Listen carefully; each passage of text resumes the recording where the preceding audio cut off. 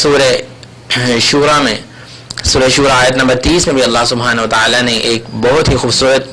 آیت اسی حوالے سے دی ہے، وَمَا أَصَابَكُم مِّن مُّصِيبَةٍ فَبِمَا كَسَبَتْ أَيْدِيكُمْ وَيَعْفُو عَن كَثِيرٍ، اور تم پر جو بھی مصیبت آتی ہے وہ تمہارے ہاتھوں ہی کی کمائی ہے۔ یعنی انسان کو فوراً سے کسی بھی تکلیف میں، کسی بھی مصیبت میں، کسی بھی پریشانی میں، اسکالرز تو یہ کہتے ہیں جو پائس پریڈیسیسرز گزرے ہیں کہ کسی کو اگر اپنی وائف کی طرف سے ایک ٹینٹرمز کا اور ایک برے لہجے کا اور برائی کا کسی بھی قسم کا اس کی طرف سے پریشانی مل رہی ہے تو وہ اپنے اعمال کو دیکھے کہ میں نے کیا غلطی کی۔ اس حد تک وہ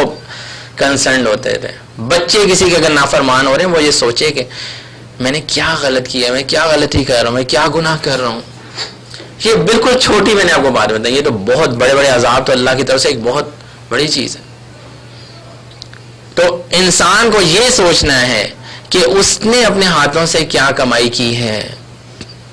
اسی کی وجہ سے اس کے اوپر مصیبتیں اور تکلیفیں آ رہی ہیں۔ وَمَا أَصَابَكُم مِّن مُّصِيبَةٍ فَبِمَا كَسَبَتْ أَيْدِيكُمْ وَيَعْفُو عَن كَثِيرٍ، اور اللہ تعالیٰ کہتا ہے بہت سارے گناہ تو ہم معاف کر دیتے ہیں، لیکن پھر بھی یہ جو تمہارے اوپر مصیبتیں آتی ہیں یہ تمہارے ہی ہاتھوں کی کمائی ہوتی ہے، اس لیے استغفار کیا کرو پریشانیوں سے بچنے کے لیے۔ اس کے بعد ایک اور آیت جو اسی چیز کی ہمیں دلیل دیتی ہے، ابھی ہم اس چیز پہ بات کر رہے ہیں کہ یہ جو پریشانیاں اور مصیبتیں آتی ہیں ان کی ایک بہت بڑی وجہ کیا ہے، اور یہ ایسا نہیں ہے کہ یہ نیک لوگوں پہ نہیں آتی ہیں اور صرف برے لوگوں پہ، یہ دنیا تو ایک امتحان کی جگہ ہے، یہ تو اس دنیا میں ہم آئے ہی امتحان کے لیے۔ اللہ تعالیٰ خاص طور پر اپنے نیک بندوں کو بھی ٹیسٹ کرے گا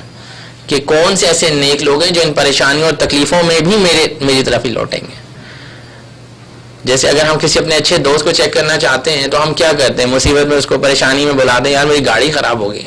ذرا اس جگہ پہ آ جا ذرا۔ وہ اپنے کام میں پھنسا ہوتا ہے، وہ سارے کام چھوڑ کے آتا ہے تو ہم کہتے ہیں یہ واقعی میرا ایک اچھا دوست ہے، اس نے کیا کیا کہ میری ہیلپ کے لیے پہنچا ہے۔ ایسے ہی ہوتا ہے نا، جب مجھے اس کی ضرورت تھی یہ پہنچا ہے۔ اللہ سبحانہ وتعالیٰ کو کسی کی ضرورت نہیں، ایک مثال کے طور پہ میں آپ کو یہ بتا رہا ہوں کہ اللہ سبحانہ وتعالیٰ نے جب کسی بندے کو یہ چیک کرنا ہوتا ہے نا کہ یہ کھرا ہے کہ کھوٹا ہے، اللہ تعالیٰ اس کو آزمائش میں ڈالتے ہیں، اس کو کبھی اولاد کی آزمائش دیتے ہیں، کبھی مال کی آزمائش دیتے ہیں، کبھی اور مختلف طرح کے فتنوں کی آزمائش دیتے ہیں، تاکہ یہ چیک کیا جائے کہ یہ ان پریشانیوں میں اللہ کی طرف رجوع کرتا ہے یا اللہ سے دور ہٹتا ہے۔ اللہ سبحانہ وتعالیٰ سورہ قاف آیت نمبر 36 اور 37 میں فرماتے ہیں وَكَمْ أَهْلَكْنَا قَبْلَهُمْ مِنْ قَرْنٍ هُمْ أَشَدُّ مِنْهُمْ بَطْشًا، اور کتنی تم سے پہلے کی قومیں گزری ہیں جن کو ہم نے ہلاک کیا، وہ تم سے طاقت میں اور پاور میں بہت زیادہ تھے، لیکن جب ان کے اوپر عذاب آیا تو وہ منہ چھپاتے پھرتے تھے، جگہ ڈھونڈتے پھرتے تھے کہ اللہ کی اس عذاب سے ہم کیسے بچیں۔ بطشن فنقبوا فی البلاد، تو پھر عذاب کے وقت وہ شہر میں دوڑتے پھرتے تھے، حل من محیص، کہ کوئی ذرا بچنے کی جگہ ہمیں مل جائے کہیں پہ۔ ان فی ذلک لذکر لمن، تو یہ اللہ سبحانہ وتعالی نے سورہ قاف میں بھی یہ فرمایا کہ جب عذاب پرانی قوموں کے اوپر بھی آتا تھا تو جب عذاب آتا ہے انسان کا، اس کے آگے پھر یہ سائنس ٹیکنالوجی اور یہ ہماری کرینیں اور یہ مشینیں یہ چیزیں نہیں چلیں گی۔ پرانی قومیں جو تم سے بہت زیادہ پاورز میں تھیں، ابھی بھی آج کل اگر ہم پڑھتے ہیں جو پہلے لوگ گزرے ہیں ہم سمجھتے ہیں کہ شاید ہم بہت ان سے آگے ہیں، لیکن انہوں نے ایسی ایسی چیزیں بنائی ہیں کہ ابھی بھی لوگ وہ نہیں بنا سکتے، اتنی ٹیکنالوجی ہونے کے باوجود۔ کس طرح سے وہ پہاڑوں میں گھر اور چیزیں آپ دیکھ لیں کہ ایجپٹ میں کیسی کیسی چیزیں بنی ہوئی ہیں، تو اتنی مضبوط قومیں ہونے کے باوجود جب اللہ کا عذاب آتا تھا تو وہ اس کے آگے کوئی کھڑا نہیں ہو سکتا تھا۔ تو یہ تو ہے کہ جب انسان کے اوپر کوئی بھی